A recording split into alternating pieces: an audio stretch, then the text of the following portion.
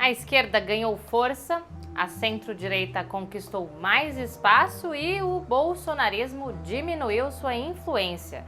Esta é a avaliação de analistas políticos sobre os resultados das eleições municipais. A gente conversou com Tereza Cruvinel, do Portal 247, que faz uma análise do cenário eleitoral. Ela aponta que um dos motivos para a derrota bolsonarista pode ser a incapacidade de Bolsonaro de gerir a crise sanitária. Nossa reportagem mostra que o coronavírus volta a apresentar crescimento, indicando que aqui a primeira onda ainda não terminou. Eu sou Pamela Oliveira e a Central do Brasil começa agora. Central do Brasil. A irresponsabilidade de Bolsonaro ao lidar com a crise generalizada e o combate que ele fez à Coronavac provocaram um saldo negativo para os seus aliados. A maior parte dos pleitos apoiados explicitamente pelo presidente sofreu derrota nas urnas. O cientista político André Singer avalia como essa situação pode também refletir nas futuras eleições presidenciais. Embarque imediato. Eu penso que a politização do problema pode ser melhor compreendida se nós olharmos para o que aconteceu agora nas eleições norte-americanas, nas quais a vitória de Joe Biden, em certa medida, se deveu à pandemia. Se não fosse a pandemia, é bastante possível que Donald Trump tivesse sido reeleito presidente dos Estados Unidos. Com segurança, nunca poderemos saber, porque são sempre projeções a partir de pesquisas, mas as pesquisas mostravam isso, né? Um favoritismo de Donald Trump até o começo da pandemia. Isso significa que a pandemia foi o elemento-chave da eleição norte-americana e poderá vir a ser o elemento-chave da eleição presidencial brasileira de 2022. Evidentemente, nós estamos ainda bastante longe de 2022 e não é possível fazer uma previsão segura, mas neste momento é um elemento fundamental da avaliação do governo Bolsonaro. Com isso, evidentemente, eu não estou justificando a politização do problema da vacina, que é um erro, porque os critérios de aprovação ou reprovação de uma determinada vacina deveriam ser absolutamente técnicos, mas estou procurando explicar o fato de que os políticos, os governantes, os opositores tenderão naturalmente a politizar este tópico que é, como eu disse antes, um tópico central da agenda política internacional e brasileira também. Em meio a um apagão de dados sobre o coronavírus e a um presidente que banaliza a doença, o Brasil volta a atingir números altos em mortos por coronavírus. Por 2 dias consecutivos, foram mais de 900 pessoas mortas, um número que não era atingido desde setembro. Quem tem as informações é Nayá Tawani. Nacional. Após 8 meses desde a chegada do coronavírus ao Brasil, o nosso país caminha a passos curtos em relação à prevenção e gestão da saúde. Com mais de 165 mil mortes e quase 6 milhões de contaminações pela Covid, o Brasil ocupa o 2º lugar no ranking dos países com mais óbitos pela doença no mundo. Para o infectologista Gerson Salvador, a incidência do vírus poderia ser menor caso o governo tivesse fortalecido as políticas sanitárias. Nosso governo federal, principalmente, ao invés de centrar esforços na vigilância de aeroportos, fazer pacto com os governos dos estados e municípios para fazer testes e rastreamento de contato, ao invés de oferecer tecnologias para os governos estaduais e municipais enfrentarem a Covid-19, o governo federal, na figura do presidente, principalmente, minimizou a crise. Enquanto alguns países da Europa, como França e Inglaterra, enfrentam a 2ª onda da Covid, o Brasil ainda tem problemas que não foram superados desde a chegada do vírus. e que agravam a pandemia no país. O médico do SUS, Cleiton Coelho, avalia o cenário brasileiro. Existe uma pressão cada vez maior pela flexibilização das medidas sanitárias, sendo que, quando a gente compara a curva de incidência de novos casos no Brasil com outros países que também estão entre os com maiores números de casos, em alguns países tiveram um pico, agora, como é o caso da Europa, enfrentando uma dita segunda onda. A gente, se olhar a incidência no Brasil, a gente não está enfrentando uma segunda onda, a gente não saiu nem da primeira onda. Você aí, escuta funk? A dica de leitura de hoje é sobre esse ritmo que não deixa ninguém parado. A sugestão é de Juliano Domingues, do podcast Afroências. Parada Cultural.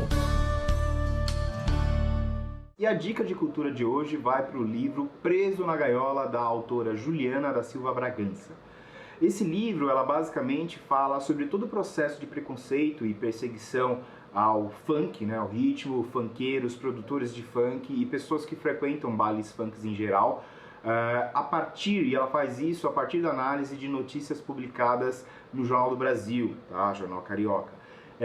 O livro também é interessante porque ele conta todo o histórico, basicamente, do nascimento do funk, lá de meados da década de 1980, por influência do R&B dos Estados Unidos, por influência do Miami Bass dos Estados Unidos, e aí como isso daí culmina, digamos assim, na era das melôs, muito representada por DJ Malboro, Grandmaster Rafael, enfim, outros caras que atuaram na época. Depois passa a falar sobre o nascimento do charme, enfim, icônico, principalmente por causa do Claudinho Bochecha, o nascimento do funk consciente, né, quem nunca ouviu o rap do Silva, até os proibidões dos dias de hoje. A pandemia impediu um número maior de eleitores de votar. Mesmo assim, quem compareceu ao pleito mostrou a insatisfação com a extrema-direita. Afonso Bezerra nos conta como foi o processo eleitoral. Trilhos do Brasil. Com protocolo inédito por causa da pandemia do coronavírus, as eleições municipais foram marcadas por tranquilidade nas sessões, atrasos no horário de divulgação do resultado e por um alto índice de abstenção. De acordo com o TSE, o índice de abstenção foi de 23,14%, maior do que em 2016. O estudante João Elias, que votou nestas eleições, avalia que este é um momento muito importante para decidir os rumos da cidade pelos próximos 4 anos. Porque eu acho muito importante a gente garantir nosso direito, a nossa democracia, que além de muitas coisas ela garante o direito à saúde, que é o que a gente mais precisa agora nesse momento de pandemia. Em Olinda, na região metropolitana do Recife, a aposentada Ludinalva Camilo fez questão de participar do processo eleitoral. Idosa, ela acordou cedo para ser uma das primeiras a votar, no horário especial reservado para o grupo de risco. Às 7h15 eu estava lá, estava tranquilo, com distanciamento, álcool gel para todo mundo, foi muito bem organizado. A manicure Roseane Ferreira se sentiu confortável na escola onde vota, em que os requisitos de prevenção foram respeitados. Tudo seguro, tudo com as normas que estão pedindo, né? De higienização, tudinho, foi tranquilo. Minha sessão não tinha muita gente, foi tudo jóia. Nessas eleições, a esquerda se fortaleceu entre as 100 maiores cidades do país. Dos 44 que disputam o segundo turno nas capitais, 15 são negros e 5 são mulheres. A analista política Tereza Cruvinel faz uma avaliação dos resultados deste pleito. A entrevista é de Jonatas Campos. Entrevista Central. Nossa entrevista central hoje conversa com Tereza Cruvinel, comentarista da TV 247, analista política, já foi repórter e colunista das principais redações do Brasil e vai falar hoje conosco sobre os resultados das eleições e sobre o segundo turno. Tereza, agradecemos sua presença nessa entrevista central.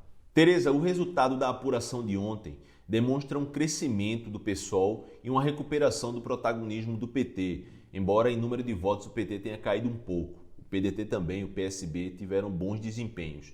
As esquerdas podem comemorar o resultado das urnas de ontem? Podem sim, Jonatas. Apesar de toda a louvação do predomínio da direita neoliberal ou não bolsonarista, as esquerdas têm o que celebrar, sobretudo se você considerar de onde vem, que é da tsunami de extrema-direita, né? O PSOL teve excelentes resultados aí, sobretudo com bolos em São Paulo, e apesar do discurso de que o PT saiu muito derrotado, o PT, como você disse, recuperou protagonismo, pode não ter recuperado o mesmo número de prefeituras, mas não fez cumprir a profecia de que seria destruído. Então, para o PT, isso é muito importante. Ele venceu o antipetismo, né? Conseguiu estar aí com vitórias importantes. Vamos ver no segundo turno se ele elege os dois candidatos que foram levados ao segundo turno. E aí, Tereza, ao mesmo tempo, houve uma hegemonia eleitoral vitoriosa dos partidos de centro e da direita tradicional. Juntando Centrão, DEM, PSDB, MDB, temos aí quase 2/3 dos prefeitos eleitos. Quais os motivos dessa vitória eleitoral, desses partidos mais tradicionais? Olha, primeiro, houve assim uma freada naquela onda de antipolítica de 2018, os partidos não prestam, ninguém presta e tal. E na medida em que a antipolítica passou essa onda, isso valorizou os partidos tradicionais, mais tradicionais, que são esses aí, conservadores, que estão aí há muitos anos, MDB, democratas, etc. Depois, com a pandemia, prefeitos que cuidaram bem de suas populações foram bem reconhecidos pela população. E como esses partidos já tinham maior número de prefeituras, eles conseguiram reeleger muitos dos seus, né, que já estavam nos cargos e que se aproximaram da população na pandemia, né? E a outra coisa é o seguinte, depois de uma onda de extrema-direita que deu a vitória ao Bolsonaro em 2018, o eleitorado que foi para a extrema-direita, ele está fazendo uma volta gradual, passando pelo centro, né? Ele não vai migrar direto para a esquerda, ele vai fazer uma trajetória aí, paulatina. E, Tereza, você citou essa questão da pandemia, né, das administrações que se, digamos, gerenciaram o caos da pandemia de uma forma que a população viu como positiva. E aí eu queria emendar essa pergunta. Quais os impactos dessa crise sanitária provocada pelo coronavírus no resultado das eleições? Olha, acho que foram muitos. A forma de fazer campanha, né? Mudou e isso prejudicou principalmente a esquerda, que faz campanha mais, sabe, no corpo a corpo, na mobilização, né, na coisa assim, frente a frente. Teve coisas assim também, como a abstenção, que foi alta por causa da pandemia, e isso chama atenção para a importância de 2022, quando o futuro do Brasil estará em jogo, né, haver um chamado à maior participação. Essa eleição, Jonathan, sobretudo, ela é uma volta à normalidade, sabe? Acabou aquela coisa, aquele antipetismo de 2018, aquela polarização raivosa, gente comendo o dedo da outra, né? Que teve até arranca-dedo aí daquela coisa, a tsunami de ódio. Nós estamos voltando ao normal, né? Como os Estados Unidos. E na normalidade, extremismos como o bolsonarismo não sobrevivem. Isso que você falou, tanto da irresponsabilidade do governo federal quanto do extremismo do Bolsonaro, pode ter se traduzido nesses candidatos apoiados oficialmente por Bolsonaro e que não tiveram desempenho eleitoral? Sim, o Bolsonaro é o grande derrotado. O Bolsonaro e o bolsonarismo e a extrema-direita são os grandes derrotados. O filho do Bolsonaro sofreu uma redução de votos de 30%, né? Teve lá um irmão fazendo campanha no Vale da Ribeira, que teve algumas vitórias lá. Essa derrota expressiva do Bolsonaro decorre da volta à normalidade, da perda de força do bolsonarismo, da população estar concluindo que os resultados foram esses que nós temos aí, né? Essa mortandade com a pandemia, em grande parte porque teve um governo irresponsável, leviano, que não cuidou do seu povo. Eu fico por aqui e para rever algum dos nossos conteúdos, acesse o nosso Instagram, @Programa Central do Brasil. Até amanhã!